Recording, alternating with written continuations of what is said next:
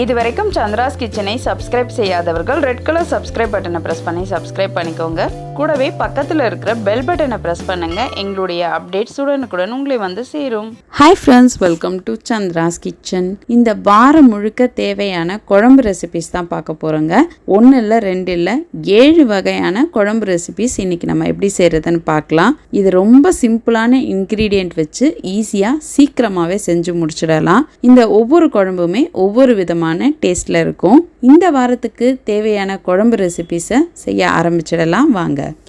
இப்போ முதல் ரெசிபியாக நம்ம சுரைக்காய் மோர் குழம்பு எப்படி செய்கிறதுன்னு பார்க்கலாம். இதுக்காக ஒரு கடாயில் 1.5 ஸ்பூன் அளவுக்கு எண்ணெய் சேர்த்துக்கோங்க. கடுகு, சீரகம், ஒரு சின்ன பச்சை மிளகாவை நறுக்கி இதோட சேர்த்துடலாம். இந்த பொரிஞ்சதும் நம்ம வெட்டி வச்சிருக்கிற சுரைக்காவை சேர்த்துடலாம். ஒரு காஞ்ச மிளகாவை கிள்ளி சேர்த்துக்கோங்க. 1/4 ஸ்பூன் போல் மஞ்சள் தூள், இந்த சுரைக்காய் மோர் குழம்புக்கு தேவையான அளவு உப்பு சேர்த்து நல்லா இதை வதக்கிடுங்க. ஒரு 5 நிமிஷம் போல் சுரைக்காவை நல்லா வதக்கிடுங்க. இப்போ சுரைக்காய் நல்லா வதங்கிடுச்சு. இப்போ நம்ம 1.5 டம்ளர் போல் தண்ணி சேர்த்துக்கலாம் சுரைக்காயை வேக வைக்கிறதுக்காக. இது ஒரு 7லேருந்து 8 நிமிஷம் போல் வேகிறதுக்கான டைம் எடுத்துக்கும்.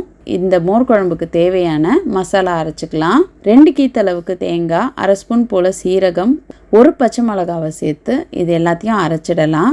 இப்போ சுரைக்காய் பார்த்திங்கன்னா நல்லாவே வெந்துருச்சு. இப்போ நம்ம அரைச்சி வச்சுருக்கிற தேங்காய் விழுதை இதோட சேர்த்துக்கலாம். சேர்த்து நல்லா இதை கலந்துருங்க. இது ஒரு சின்னதாக ஒரு கொதி வரும்பொழுதே நம்ம தயிரை நல்லா கடைஞ்சி வச்சுருக்கிறத இதோட சேர்த்துக்கலாம். சேர்த்து நல்லா கலந்துருங்க. ரொம்ப நேரம் இதை கொதிக்க விடணும்னு அவசியம் இல்லை. தயிர் சேர்த்ததும் லைட்டாக இது கொதி வர ஸ்டேஜ்லேயே நம்ம ஸ்டவ் ஆஃப் பண்ணிவிட்டு கொத்தமல்லி கருவேப்பிலையே சேர்த்துடலாம். இப்போ நம்மளுடைய சுவையான சுரைக்காய் மோர் குழம்பு ரெடி ஆயிடுச்சு. இப்போ அடுத்ததான் நம்ம புளி சேர்க்காத கத்திரிக்காய் குழம்பு எப்படி செய்கிறதுன்னு பார்க்கலாம். இதுக்காக ஒரு கடாயில் 2 குழிக்கரண்டி அளவுக்கு எண்ணெய் சேர்த்துக்கோங்க. எண்ணெய் சூடானதும் கடுகுளுந்து, சீரகம், வெந்தயம் இது எல்லாமே 1/4 ஸ்பூன் சேர்த்துக்கோங்க. இது கூட 2 காஞ்ச மிளகாய் சேர்த்துருங்க. ஒரு 10 பல் பூண்டு சேர்த்து நல்லா இதை வதக்கிடலாம். சின்ன வெங்காயம் ஒரு 15 சின்ன வெங்காயத்தை நறுக்கி வச்சுருக்கிறத சேர்த்துக்கலாம். ஒரு கொத்து போல் கருவேப்பிலை சேர்த்து நல்லா வதக்கிடுங்க. 150 கிராம் மாங்காவை நறுக்கி சேர்த்துக்கோங்க. 2 தக்காளி பழத்தை நறுக்கி சேர்த்து இதை நல்லா வதக்கிடுங்க. இப்போ இது எல்லாமே நல்லா வதங்கிடுச்சு. இது நல்லா வதங்கிக்கிட்டு இருக்கும் பொழுதே தேவையான அளவு உப்பு சேர்த்துக்கோங்க. 1/4 ஸ்பூன் போல் மஞ்சள் தூள் சேர்த்து நல்லா வதக்கிடுங்க. இப்போ மாங்காய் நல்லா வதங்கிடுச்சு. இப்போ 200 கிராம் அளவுக்கு கத்திரிக்காவை நறுக்கி வச்சுருக்கிறதையும் சேர்த்துக்கலாம். சேர்த்து நல்லா இதை வதக்கிடுங்க. இப்போ மாங்காய், கத்திரிக்காய் எல்லாமே நல்லா வதங்கிடுச்சு. இப்போ நம்ம ஒரு 3.5 ஸ்பூன் அளவுக்கு குழம்பு மிளகாய் தூள் சேர்த்து நல்லா கலந்துடலாம். இப்போ ஒரு 2.5 டம்ளர் அளவுக்கு தண்ணி சேர்த்துக்கலாம். சேர்த்து நல்லா இதை கலந்துருங்க. இந்த கத்திரிக்காயும் மாங்காவும் நல்லா வேகணும். அதுக்காக ஒரு தட்டு போட்டு மூடி வச்சிடலாம். இது ஒரு 10 நிமிஷம் போல் இந்த தட்டு போட்டு மூடி வச்சுருக்கோம். இப்போ ஓப்பன் பண்ணிடலாம். இப்போ பார்த்தீங்கன்னா மாங்காய், கத்திரிக்காய் நல்லா வெந்துருச்சு. 2 நிமிஷம் போல் கொதிக்க விட்டு கருவேப்பிலை சேர்த்துக்கலாம். இப்போ நம்மளுடைய சுவையான புளி சேர்க்காத கத்திரிக்காய் குழம்பு ரெடி ஆயிடுச்சு.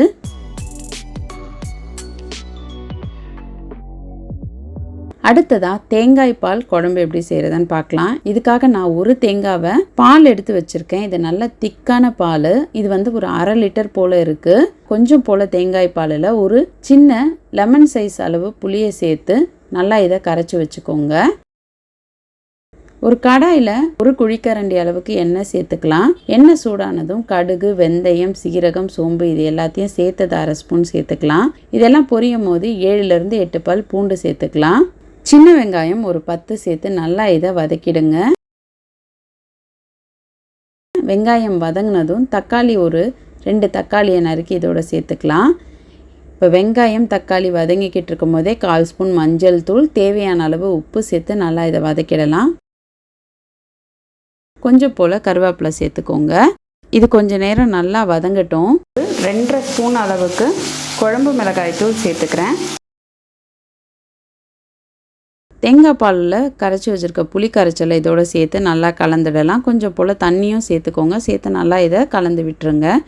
இதை நல்லா கொதித்து அந்த மிளகாய் வாசனைலாம் போனதும் நம்ம திக்காக எடுத்து வச்சுருக்கிற தேங்காய் பாலை இதோட சேர்த்துடலாம்.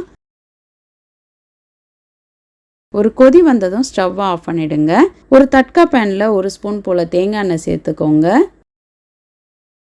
இது கூட ஒரு கீத்தளவுக்கு தேங்காவை நறுக்கி சேர்த்து இதை நல்லா வதக்கிடுங்க. இந்த மாதிரி செவந்ததும் நம்ம ஏற்கனவே கொதித்து ஆஃப் பண்ணி வச்சுருக்கிற குழம்புல சேர்த்துடலாம். இப்போ நம்மளுடைய சுவையான தேங்காய் பால் குழம்பு சூப்பராக ரெடியாக இருக்குது. கருவேப்பிலை குழம்பு எப்படி செய்கிறதுன்னு பார்க்கலாம். இதுக்காக ஒரு 2 கைப்பிடி அளவுக்கு கருவேப்பிலை எடுத்துக்கோங்க. இது கொஞ்சம் துளிராக இருக்குது கருவேப்பிலையை எடுத்துக்கோங்க. இது வதங்கும் பொழுது 1 ஸ்பூன் போல் எண்ணெய் சேர்த்து நல்லா இதை வதக்கிடுங்க. இப்போ கருவேப்பிலை நல்லா பொரிஞ்சிடுச்சு.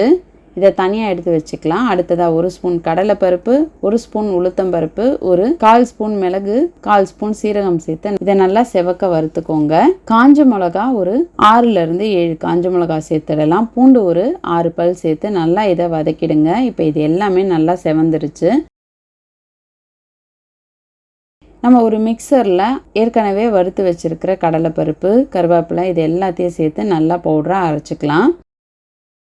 ஒரு கடாயில் 3 ஸ்பூன் அளவுக்கு எண்ணெய் சேர்த்துக்கோங்க. எண்ணெய் சூடானதும் கடுகு, வெந்தயம், ஒரு 10 பல் பூண்டு சேர்த்து நல்லா இதை வதக்கிடுங்க.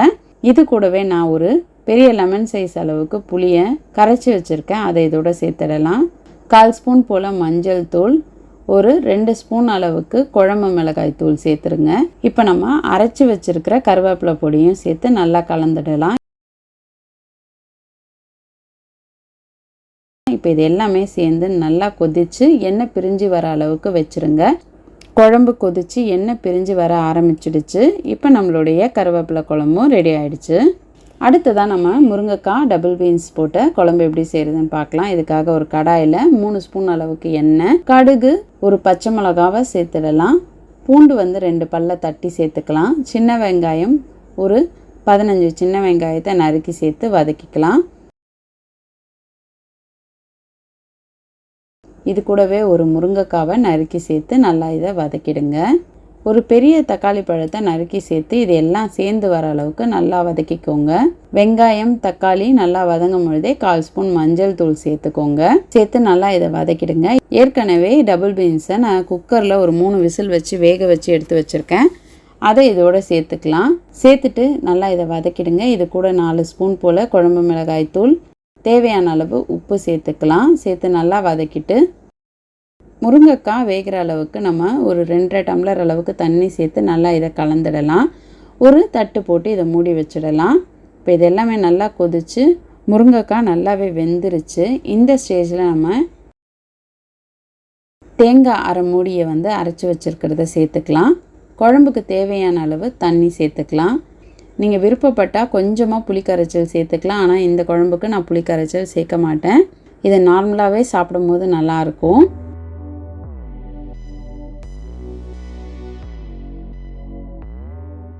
இப்போ குழம்பு கொதிக்க ஆரம்பித்து மிளகாய் வாசனைலாம் நல்லா போக ஆரம்பிச்சிடுச்சு. இப்போ நம்ம கருவேப்பிலை கொத்தமல்லி தலையை சேர்த்துக்கலாம். இப்போ நம்மளுடைய டபுள் பீன்ஸ் குழம்பு ரெடி ஆயிடுச்சு. அடுத்ததாக நம்ம ஒரு சிம்பிளான பூண்டு குழம்பு எப்படி செய்கிறதுன்னு பார்க்கலாம். ஒரு கடாயில் ஒரு 3 ஸ்பூன் அளவுக்கு எண்ணெய் சேர்த்துக்கோங்க. எண்ணெய் சூடானதும் கடுகு, சீரகம், வெந்தயம், அப்புறமா ஒரு 2 பல் பூண்டை நசுக்கி வச்சுருக்கிறத சேர்த்துக்கலாம். ஒரு கொத்து போல் கருவேப்பிலை சேர்த்து இதை நல்லா வதக்கிடலாம். வெங்காயம் 1 நறுக்கி சேர்த்துருக்கேன். தக்காளி ஒரு பழத்தை நறுக்கி சேர்த்துருக்கேன். மஞ்சள் தூள் 1/4 ஸ்பூன், இந்த குழம்புக்கு தேவையான அளவு உப்பு சேர்த்து நல்லா இதை வதக்கிடுங்க. இந்த குழம்புக்கு நான் ஒரு 100 கிராம் போல் பூண்டை வேக வச்சு அதை நல்லா கடைஞ்சி வச்சுருக்கிறேன். அந்த விழுதை இப்போ நம்ம சேர்த்துக்கலாம். சேர்த்துட்ட பிறகு நம்ம புளி கரைச்சல் ஒரு எலுமிச்சப்பழம் அளவுக்கு புளியை கரைச்சி வச்சுருக்கிறதையும் சேர்த்துக்கலாம். குழம்பு மிளகாய்த்தூள் ஒரு 3 ஸ்பூன் அளவுக்கு சேர்த்து நல்லா இதை கலந்து விட்டுருங்க. இப்போ இந்த குழம்பு நல்லா கொதித்து எண்ணெய் பிரிஞ்சு வரணும். அந்தளவுக்கு இந்த குழம்பை கொதிக்க விடுங்க. நம்மளுடைய பூண்டு குழம்பு ரெடி ஆகிடுச்சு. இப்போ அடுத்ததான் நம்ம அவரைக்காய் குழம்பு எப்படி செய்கிறதுன்னு பார்க்கலாம். ஒரு கடாயில் 1 ஸ்பூன் அளவுக்கு தனியா, 1/2 ஸ்பூன் அளவுக்கு மிளகு, 1/2 ஸ்பூன் அளவுக்கு சோம்பு, 1/2 ஸ்பூன் அளவுக்கு சீரகம், ஒரு காஞ்ச மிளகாய் சேர்த்து நல்லா இதை வதக்கிடுங்க. மிக்சரில் 1/2 மூடி போல் தேங்காவை நறுக்கி சேர்த்துக்கலாம்.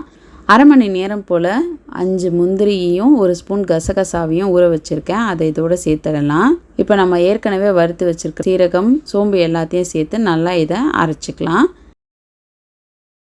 இப்போ அதே கடாயில் ஒரு குழிக்கரண்டி அளவுக்கு நல்லெண்ணெய் சேர்த்துருக்கேன். எண்ணெய் சூடானதும் கடுகு, உளுந்து சேர்த்துடலாம். பூண்டு 2 பல் தட்டி சேர்த்துடலாம். ஒரு வெங்காயத்தை நறுக்கி இதோட சேர்த்து நல்லா இதை வதக்கிடுங்க.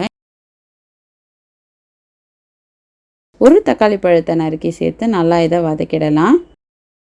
1/4 ஸ்பூன் போல் மஞ்சள் தூள், ஒரு கொத்து போல் கருவேப்பிலை சேர்த்து நல்லா இதை வதக்கிடலாம். 150 கிராம் போல் அவரைக்காவை நறுக்கி சேர்த்துருக்கேன். சேர்த்து நல்லா இதை வதக்கிடுங்க.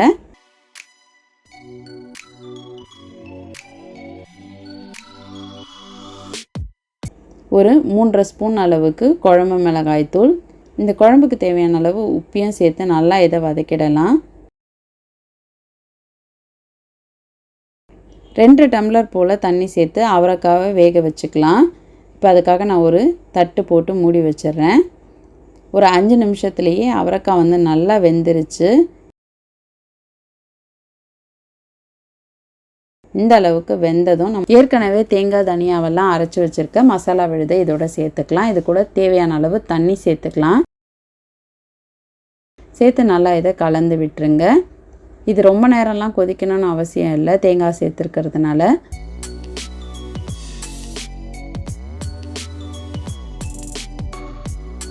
ஒரு 5 நிமிஷம் போல் நல்லா கொதித்து இந்த மாதிரி வரும்போது ஆஃப் பண்ணிவிட்டு கருவேப்பிலை கொத்தமல்லி சேர்த்துருங்க. நீங்கள் மண்கடாயில் செய்யும் பொழுது மட்டும் கொதி வரும்பொழுதே ஆஃப் பண்ணிவிடுங்க. மற்றபடி நார்மலாக செய்கிறீங்கன்னா ஒரு 2 கொதி விட்டு அதுக்கப்புறமா ஆஃப் பண்ணுங்கள். நம்மளுடைய அவரைக்காய் குழம்பும் சூப்பராக ரெடி ஆகிடுச்சு.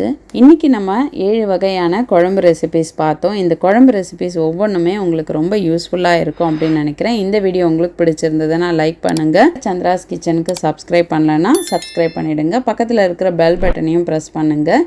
இந்த வீடியோவை உங்கள் ஃப்ரெண்ட்ஸுக்கும் ஷேர் பண்ணுங்கள். இன்னொரு சுவையான ரெசிபியோடு உங்களை சந்திக்கிறேன். நன்றி, வணக்கம்.